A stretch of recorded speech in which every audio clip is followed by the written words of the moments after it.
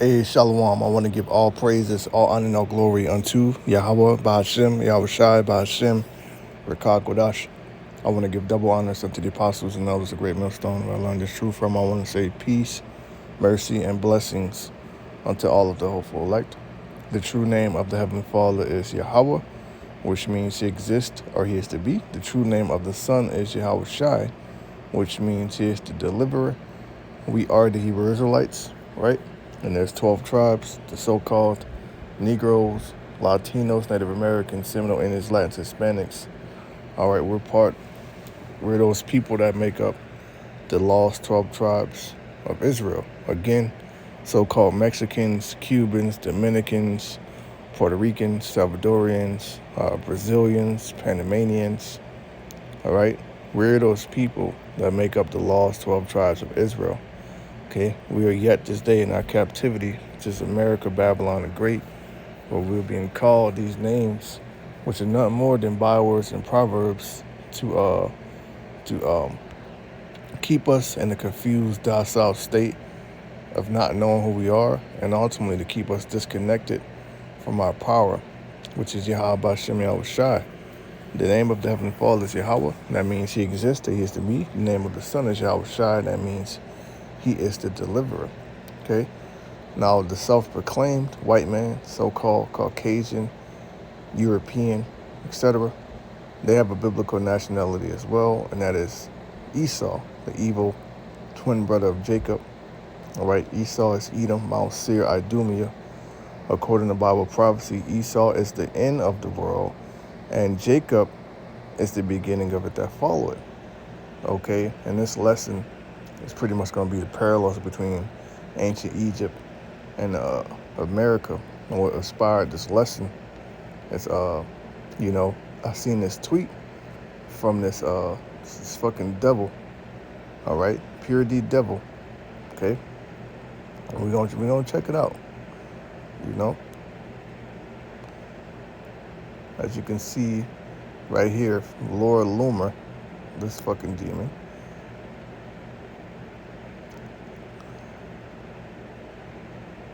Let's see if I can find it.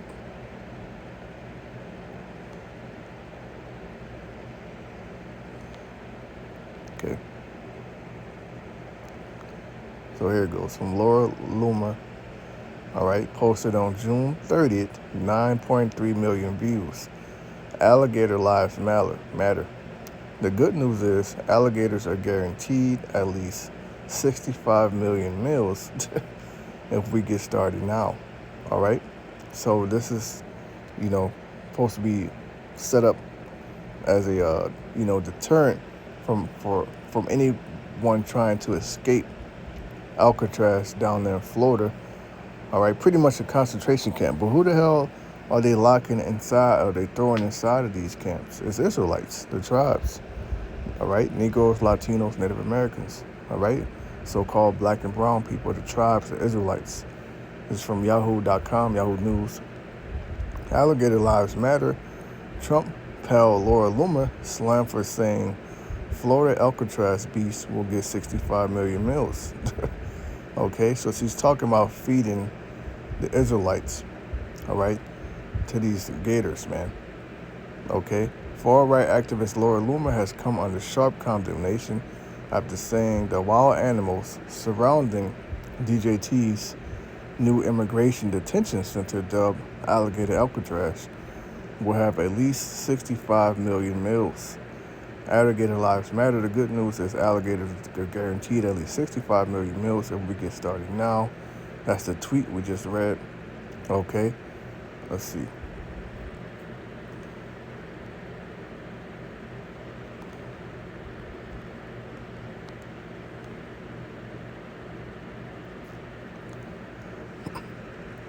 So as you can see, according to the 2020 census data, there are 62.1 million Hispanics living in the U.S. This group represents 18.9% of the total U.S. population. Okay, so this is part of population control, man. This ties in with Psalms 83. All right, let's get that This is Psalms 83. Before I get that, let's go to the book of Exodus. Okay, because there's nothing new under the sun. And this links America with ancient Egypt. And this proves that this is modern day Egypt, right? This is the book of Exodus chapter 1. Okay. Exodus 1 and 1. Now these are the names of the children of Israel who came into Egypt. Every man and his household came with Jacob. All right, and the list, Reuben, Simeon, Levi, Judah, Issachar, Zebulun, Benjamin, Dan, Naphtali, Gad, and Asher. And all the souls that came out of the loins of Jacob were 70 souls, for Joseph was in Egypt already. So all the tribes were in ancient Egypt, being oppressed. All right, hardcore bondage. All right. Verse 6, and Joseph died, and and all his brothers and all that generation. And the children of Israel were fruitful and increased abundantly and multiplied and waxed exceeding mighty, and the land was filled with them. And the same thing is happening now. You have a lot of people, Israelites, so-called black and brown, the tribes, they're doing way better than Esau in his own fucking country. And he hates that shit, man. Okay, verse 8. Now there arose up a new king over Egypt, which knew not Joseph. In this case, this is DJT. Okay, he's that cruel Lord. 9, and he said to his people, behold, the people of the children of Israel are more and mightier than we, but they call us the minority. In fact, we are the majority. Our people outnumber Esau, man. All right, Scripture says that the children of Israel are as the sand of the sea,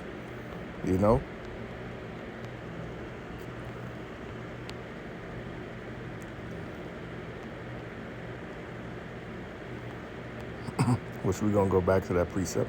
But let's finish in Exodus. Exodus 1 and verse 10. Come on, let us deal wisely with them, lest they multiply, and they come to pass when there fall out any war, and join also unto our enemies, and fight against us, and so get them about the land. And now that's ice. All right? That is ice. That explains ice. And they're not just getting, oh, you're an illegal immigrant, we got to get you up out of here. They don't care if you're U.S. born. So they don't care if you're a Native American, right?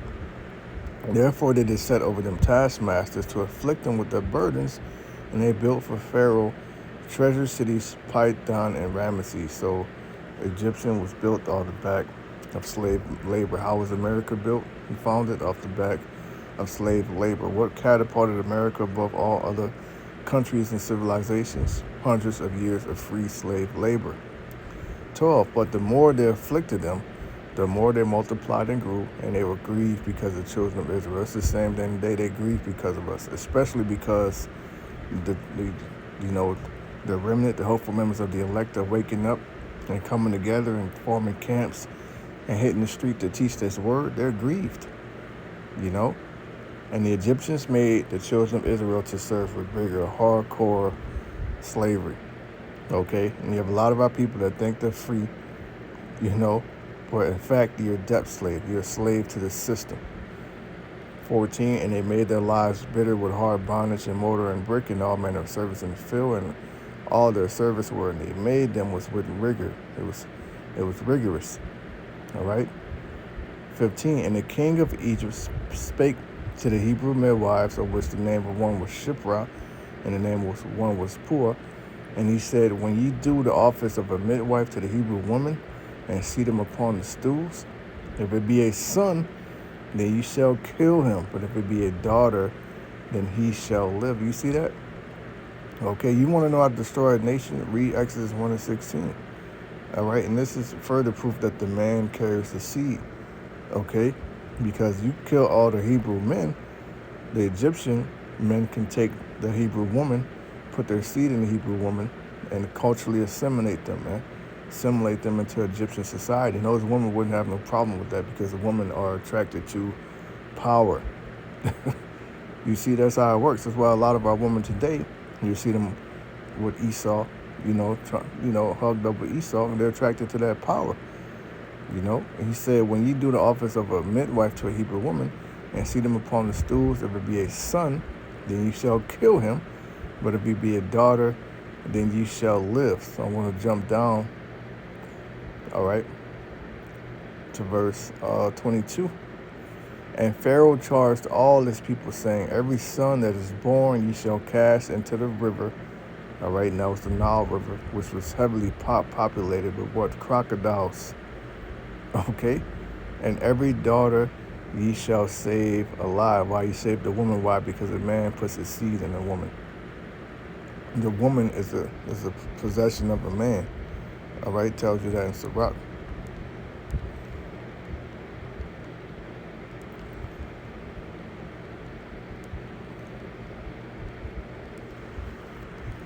Sirach 36 and 24. He that getteth a wife beginning a possession, a help like unto himself, and a pillar of rest. So a woman is a possession, man. Okay, so they plan to kill off us and to possess our woman. It's the same thing that's going on today. Okay, this is the book of Hosea 1 verse 10, proving that we're not the minority, we're the majority. Okay, because it's not about skin colors. Remember, it's about the man, the seed, and the Israelite man, no matter what tribe, he can pull women of all nations on the earth and put a seed in her, and that's what's been happening. The sons of God, right? Yet the number of the children of Israel shall be as the sand of the sea, which cannot be measured nor numbered. And it shall come to pass that in the place where it was said unto them, ye are not my people. That's here in America. You're being called illegal immigrants, illegal aliens. You're being called minority. You're being called Hispanic. You're being called Latin. You're being called Indian, savage, Native American, black, Haitian, Jamaican, West. You're being called everything but a child of God, as that old saying goes. All right?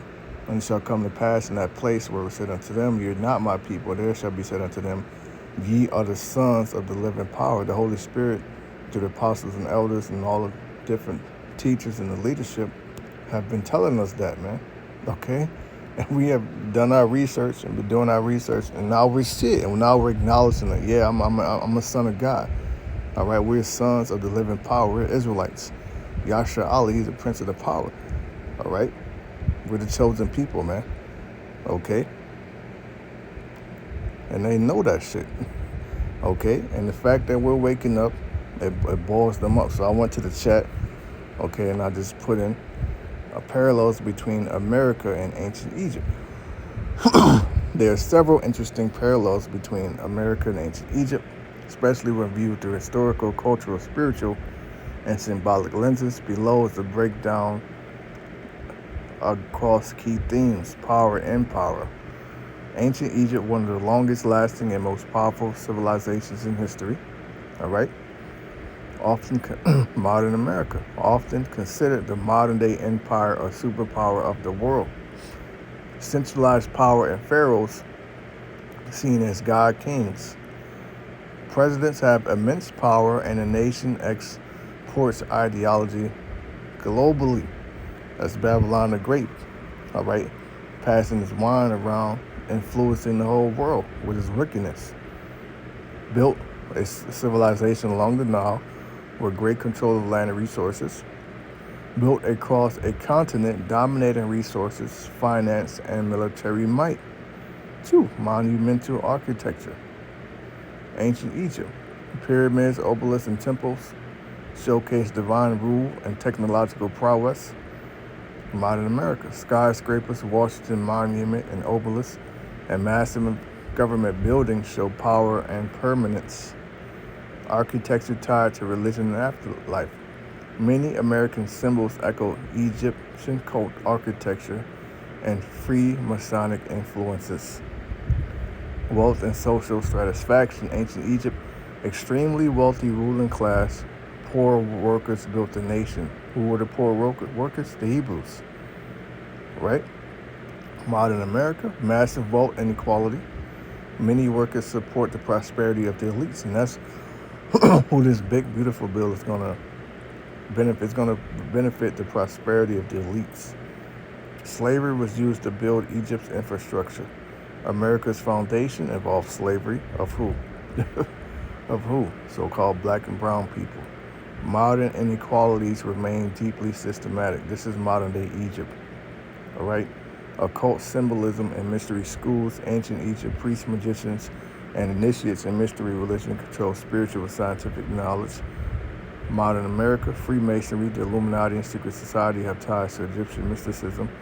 Symbols like the Eye of Horus appear on the U.S. currency. You see that? So-called all-seeing eye. The Ankh, obelisk, and solar symbolism dominated culture. Dollar bill, pyramid with the all-seeing eye, capital aligned with stars and solstices. 5. Religious conflicts and godlessness. Ancient Egypt, Egyptians worshiped many gods, Ra, Isis, Osiris, and opposed monotheistic movements.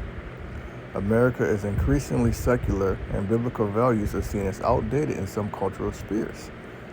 Pharaoh resisted Moses and divine truth, resulting in judgment. Some draw parallels between U.S. rejection of moral laws and divine judgment and prophecy. 6. Infanticide and control over children. Ancient Egypt, Pharaoh ordered the killing Pharaoh ordered the killing of Hebrew male infants. We just read that. Modern America, controversial laws around the A word and parental rights raised ethical and spiritual debates. Children of slaves were seen as property. Youth in poor communities face systematic disadvantages and cultural targeting. That's the Israelites. 7. Military might and global reach. Ancient Egypt ruled surrounding regions through military campaigns. America has hundreds of military bases globally and intervenes in numerous nations, because that's the whore that sitteth upon many waters. Dependent on chariots and advanced weaponry of the time, relies on drones, nuclear power, and surveillance tech. 8. Through decline through pride. Ancient Egypt fall came through pride, corruption, external invasion, and divine judgment, as in the Bible. Some say America is following a similar arc: economic instability, social collapse, pride before the fall. Okay? So I put customs, practices, beliefs of ancient Egypt used in America. 1. Symbolism of the Eye of Horus, or the Eye of Providence. The Eye of Horus symbolized divine protection, royal power, and insight. America, the Eye of Providence appears on the back of the U.S. dollar bill, hovering above a pyramid. It's often associated with God watching over the nation, but also linked to Freemasonry and esoteric traditions. 2. Pyramids and obelisks. The pyramids were sacred burial structures, and obelisks represented sun worship and divine power. America, the Washington Monument, is an Egyptian-style obelisk. Pyramids appear on currency, Masonic buildings, and even U.S. military medals. 3. Funerary practices and obsession with death. Egypt, elaborate mummification, tombs, and preparation for the afterlife were central to their culture. America, while mummification isn't used, America has commercialized and ritualized funerals with embalming, mausoleums, and even elite burials resembling ancient tombs. 4. Mystery, religion, and secret knowledge. Egypt, priests guarded secret knowledge of the cosmos, medicine, and spiritual power. America, Freemasonry, and other sect societies, Skull and Bones, Rosicrucians, etc., claim lineage from ancient mystery schools, preserving esoteric rituals and symbols rooted in Egyptian thought. 5. Astrology and sun worship. Egypt, Ra, the sun god, was central to Egyptian religion. Temples aligned with solar cycles. America, horoscopes, zodiac signs, and solstice celebrations are common even among the non-religious. Some motifs appear in architecture and national symbolism. Okay? And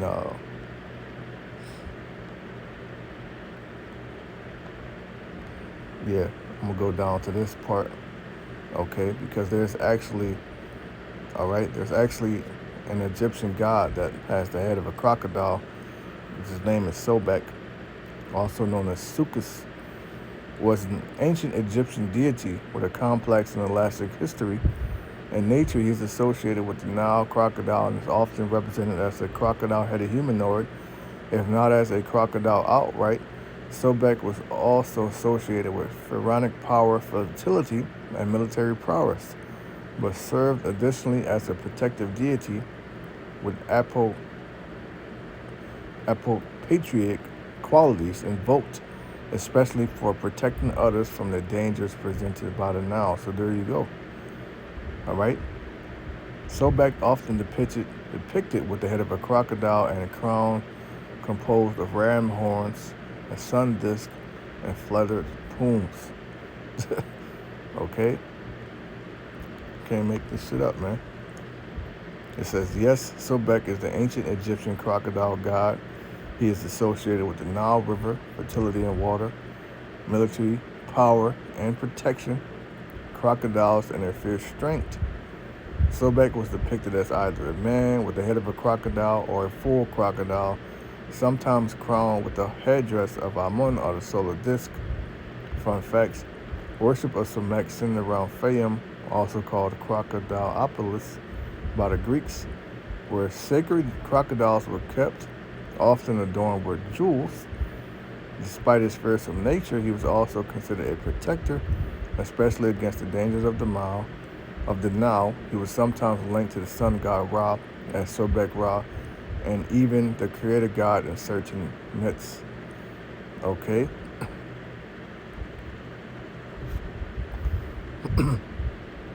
So there you go. This is the book of Psalms 83, verse 1. Keep not thou silence, O Yahweh Shem El Shai power. Hold not thy peace, and be not still, O power. For lo, thy enemies make a tumult, and they that hate thee have lifted up the head. All right, so let's look up what's the tumult.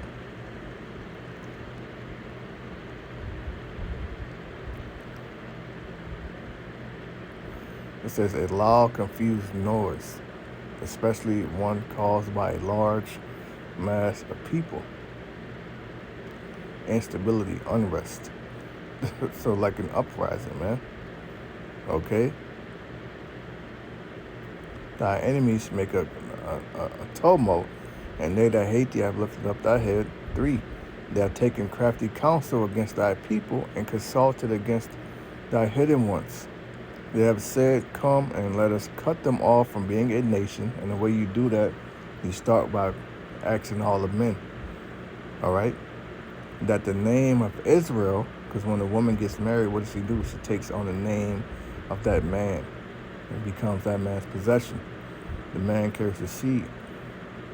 That the name of Israel be no more in remembrance, for they have consulted together with one consent. They are confederate against thee, the tabernacles of Edom. All right, numero uno, Esau, which is the self-proclaimed white man today, and the Ishmaelites, okay, of Moab, the Hagarenes, Gebal, the Ammon, and Amalek, and the Philistines with the inhabitants of Tyre. Asher is also joined with them. They have hope in the children of Lot. Okay, so all these nations are confederate to help destroy us, man. All right, but it won't happen. Okay, just as ancient Egypt got plagued, the Most High is going to plague this modern Egypt, and it's going to be a very spectacular deliverance. This is 2 Ezra 15 and 10. Behold, my people as led as a flock to the slaughter. I will not suffer them now to dwell in the land of Egypt. Right? And we see how people being led to ice, the alligator, Alcatraz, the camps. All right, which is the time of Jacob's trouble. There will be a Jacob's trouble. 11.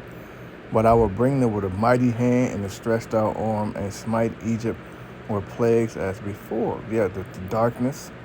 All right. The Most High putting the murrain or the pestilence on the cattle. Okay. The locusts, all the different plagues, man. And it's going to be greater plagues because the nuclear destruction is a plague. All right. And smite Egypt with plagues as before, and will destroy all the land thereof. Egypt shall mourn, and the foundation of it shall be smitten with the plague and the punishment that Yahweh Shem El Shai shall bring upon it. They that till the ground shall mourn, for the seed shall fail through blasting and hail, and with a fearful constellation. All right, so going up to 11, it says, but I will bring them with a mighty hand and a stretched out arm, because this deliverance is going to be through what the world calls UFOs and these other nations They're going to be amazed at the strangeness of our salvation, right? This is Jeremiah 50 and 33. Thus said the Lord, Yahweh Shem El Shai of hosts, the children of Israel and the children of Judah were oppressed together, all the tribes. Where were they oppressed together? In ancient Egypt, right? And in the modern day Egypt, which is Babylon the Great, or America. They weren't oppressed together in Babylon, right? Which is what Jeremiah was talking about. All right, the Babylonians coming. They weren't oppressed together during the Greeks or the Romans, because the 10 tribes had already left at that time, right? Thus said Yahweh Shem El Shai of hosts, the children of Israel and the children of Judah were oppressed together, and all that took them captives held them fast. They refused to let them go. And that's the spirit they carry. They ain't gonna let us go. The Most High gonna make them let us go. That's why I said the saints shall take the kingdom. All right, 34. Their Redeemer is strong. Yahweh Shem El Shai of hosts is his name. He shall thoroughly plead their cause, that he may give rest to the land and disquiet the inhabitants of Babylon. They're going to be disquieted through nuclear destruction, plagues, right? This is Amos 1 and verse 11. Thus said Yahweh Shem El Shai power, for 3 transgressions of Edom, and for 4, I will not turn away the punishment thereof, because he did pursue his brother with the sword. That's Esau. All right, let's look up that word, pursue.